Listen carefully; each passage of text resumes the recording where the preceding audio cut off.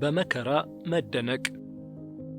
ጳውሎስ ግራ ብንጋባም ተስፋ አንቆርጥም በማለት አክሏል። ግራ መጋባት ብዙውን ጊዜ ከመከራ ጋር አብሮ ይመጣል። በሕመም ወይም በሐዘን ስንመታ ብዙውን ጊዜ ግራ እንጋባለን፣ እንዲሁም ይምታታብናል። የመጀመሪያ ጥያቄያችን ለምን የሚል ነው። ይህ እንዲደርስብኝ እግዚአብሔር እንዴት ይፈቅዳል በማለት እንጠይቃለን። በልጁ ሞት እጅግ አዝኖ የነበረ አንድ የተጨነቀ አባት ታሪክ ትዝ ይለኛል። ወደ መጋቢው ይሄድና ግራ በተጋባ ንዴት ልጄ ሲሞት እግዚአብሔር የት ነበር ብሎ ይጠይቀዋል። መጋቢውም በተረጋጋ መንፈስ ልጁ ሲሞት በነበረበት ተመሳሳይ ቦታ በማለት ይመልስለታል።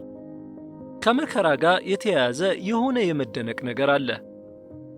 ስቃዩ የሕይወት ክፍል መሆኑን ቀደም ብለን እንማራለን። ነገር ግን የመማር ሂደቱ አብዛኛውን ጊዜ ቀስ በቀስ የሚቀጥል ነው። የ3 ዓመት የልጅ ልጄ ሕመምን የሚቋቋምበት መንገድ ያዝናናኛል። አንድ ነገር ሲጎዳው አባባ አውች አለብኝ በማለት ይናገራል። አውች የሚለውን ቃል እንደ ስም ይጠቀመዋል። የእርሱ አውች ቀላል ከሆነ በመሳም ብቻ ማባበል ይቻላል። ይበልጥ ከባድ ከሆነ ደግሞ የቁስል ፕላስተር ይጠይቃል። አብዛኞቹ የልጅነት ሕመሞችና ቁስሎች ቀላል ናቸው። አንድ ሕፃን የሆድ ቫይረስ ሲይዘው ስለ ካንሰር አይጨነቅም። የልጅነት ሕመሙ የሚያስከትለው ስቃይ በቅርቡ እንደሚወገድ በፍጥነት ይገነዘባል። ይሁን እንጂ እንደ አዋቂዎች ወደ ሌላ የበሽታና የስቃይ ደረጃ እንሸጋገራለን። ምንም እንኳ በዝግጅት ደረጃዎች ውስጥ ብንጓዝም ከበድ ባለ በሽታ ስንጠቃ ፈጽሞ ዝግጁዎች አይደለንም። ልጄ ለመጀመሪያ ጊዜ ወደ ሆስፒታል ስትሄድ ትዝ ይለኛል። የ6 ዓመት ልጅ የነበረች ሲሆን እንጥሏን ማስወገድ ነበረባት። እንደ ወላጆች እርሷን ለማዘጋጀትና ከሚመጣው ነገር ለመከላከል ሁሉንም እርምጃዎች ወስደናል። ወደ ሆስፒታል ስለመሄድ የሚናገሩትን የልጆች መጽሐፍት እናነብላት ነበር። ከቀዶ ሕክምናው በኋላ የምትወደውን አይስክሬም እንደምንሰጣት አረጋገጥንላት። ወደ ሆስፒታሉ ያደረግነው ጉዞ እንደ አዲስ የሚያስደስት ተመክሮ ነበር። የሆስፒታሉ የሕፃናት ክፍል በደማቅ ሁኔታ አጊጦ ነበር። ነርሶቹ ልጃችንንና ጓደኛዋን በአሻንጉሊት አዝናኗቸው። መንፈሷ ከፍ ብሎ ፍርሃቷ ደግሞ ዝቅ ብሎ ነበር። ወደ ቀዶ ሕክምና ክፍል ከተወሰዱ በኋላ ከማገገሚያው ክፍል እስኪመለሱ መጠባበቅ ጀመርን። ልጄ ከነቃች በኋላ ያየችኝን እይታ መቼም አልረሳውም። አሳዛኝ እይታ ነበር። የደረቀው ደም በከንፈሮቿ ጫፍ ተጋግሮ ነበር። ፊቷ ገርጥቷል። ይሁን እንጂ በጣም የሚረብሸው ነገር ፍርሃቷ፣ ድንጋጤዋና የመከዳት ስሜቷ ነው። በአዲስ የስቃይ ምዕራፍ እያለፈች ነበር። በዐይኖቿ እንዲህ እያለችኝ እንዳለ ያህል ተሰማኝ። እንዴት ይህን ታደርጋለህ? እንዲህ እንደሚሆን ታውቅ ነበር፣ እናም ዋሸኸኝ። በዚያ ሰዓት ምንም ግድ ያልሰጣት ነገር ቢኖር አይስክሬሙ ነበር። በስቃይዋ ተደንቃ ነበር፣ እንደጠበቀችው አልነበረምና። ድንገተኛ ስቃይ ሲደርስብን በሰማይ ስላለው አባታችን የምንጠይቃቸው ተመሳሳይ ጥያቄዎች አይነት ልጄም በእኔ ላይ እንደነበራት እርግጠኛ ነኝ። ልክ እንደ ልጄ እግዚአብሔር እንዲህ ያለ ከባድ መከራ እንዲደርስብን መፍቀዱ ብዙ ጊዜ ያስደንቀናል። መደነቁ የሚመነጨው እግዚአብሔር እንድናምን ከሚመራን ነገር ሳይሆን ከተሳሳቱ መምህራን ከምንሰማው ነገር ነው። ከመከራ የጸዳ ሕይወት እንደሚመጣ ቃል የገባልን ይህ ቀናተኛ ሰው መልእክቱን ያገኘው ከቅዱሳት መጽሐፍት ውጪ ከሆነ ምንጭ ነው።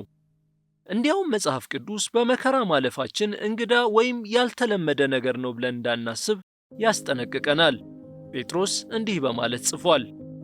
ወዳጆች ሆይ እንደ እሳት የሚፈትን ብርቱ መከራ በመቀበላችሁ እንግዳ ነገር እንደደረሰባችሁ በመቁጠር አትደነቁ። ነገር ግን ክብሩ በሚገለጥበት ጊዜ ደስታችሁ ታላቅ እንዲሆን የክርስቶስ መከራ ተካፋዮች በመሆናችሁ ደስ ይበላችሁ። አንደኛ ጴጥሮስ ምዕራፍ 4 ከቁጥር 12 እስከ 13።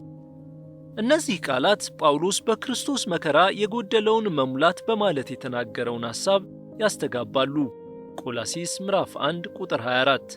ይህ በሚቀጥለው ምዕራፍ ላይ ይበልጥ በጥልቀት የምንመለከተው ትኩረት የሚስብና እውነቱን የሚያጸና ሐሳብ ነው። ጴጥሮስ እነዚህን ቃላት ያክላል።